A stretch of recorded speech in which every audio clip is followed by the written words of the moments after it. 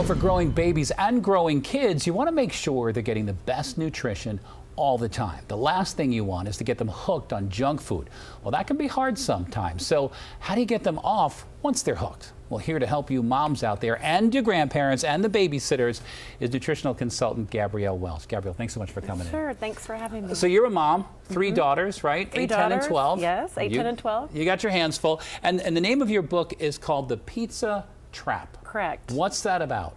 You know, I chose this title because I feel like as a mom, and I see other moms struggling with what I call the pizza trap. And what it looks like is this. You come home from work or you come home from taking care of your kids, driving them around all day, and you know, you put a plate of healthy food in front of your children and you hear, I don't like it, I don't want it. Right. They start whining. The whining starts. The whining starts and your nerves are frayed and you're stressed. So you say, that's fine, I just want it to stop. So what do? What's the default? You put a pizza in the oven. Right, because a pizza is going to feed everybody. It's easy, it's quick, but it's Right. really not the best choice.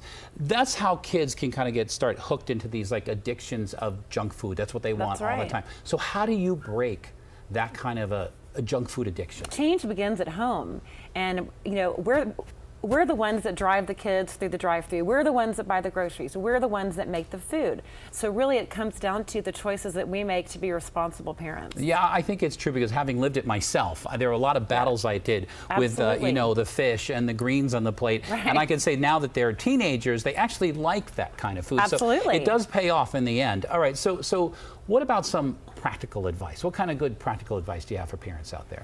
These are your children. They are your most precious asset. So why are you not putting them first? And I think that we need to remember too that as parents, there's nothing we experience with our kids that we don't create, promote, or allow. Right. It really is an important thing. Now, one of the things that you talk about is this idea of swapping, you know, the junk food for the good food. So Absolutely. what are some examples of some healthy swaps for, you know, junk food? Well, so here today I brought some coconut water and some Gatorade. And in my book, I talk about how coconut water is nature's Gatorade. It gives your body the same nutrients as a Gatorade would, without the MSG, without the food dye, without the high sugar content, the high salt content. So there definitely are ways to go through and swap out and make better choices for your children. Okay, so you could swap it out, but what good is it if you put it in the pantry and nobody eats it? Right, and here's how it goes. If you buy junk food and you serve your kids junk food, they're gonna eat junk food. If you buy real food that's not in a wrapper or a bag, and give that to them and make that available to them, that's what they're gonna eat. Yeah, I also find that getting them involved in the process helps. Did you find that Absolutely. cooking with them and showing them that?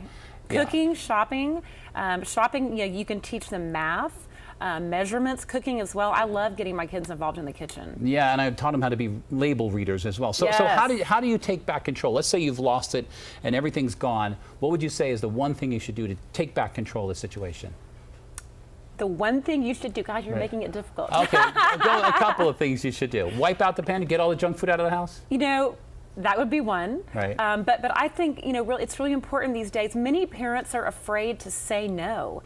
And I see more and more that the children are taking over. And I think, you know, it may not be convenient, but it's necessary. So, you know, we're letting children that aren't even old enough to tie their own shoes by themselves and make decisions about what they're putting into their body day in and day out. And that's wrong on so many levels. Yeah. My mom used to say it's easy to be easy, it's hard to be hard. That's So, right. right. There you go. That's Gabrielle, great. thanks so much for coming. Sure, I really appreciate it. thank All the you. moms out there appreciate it as well.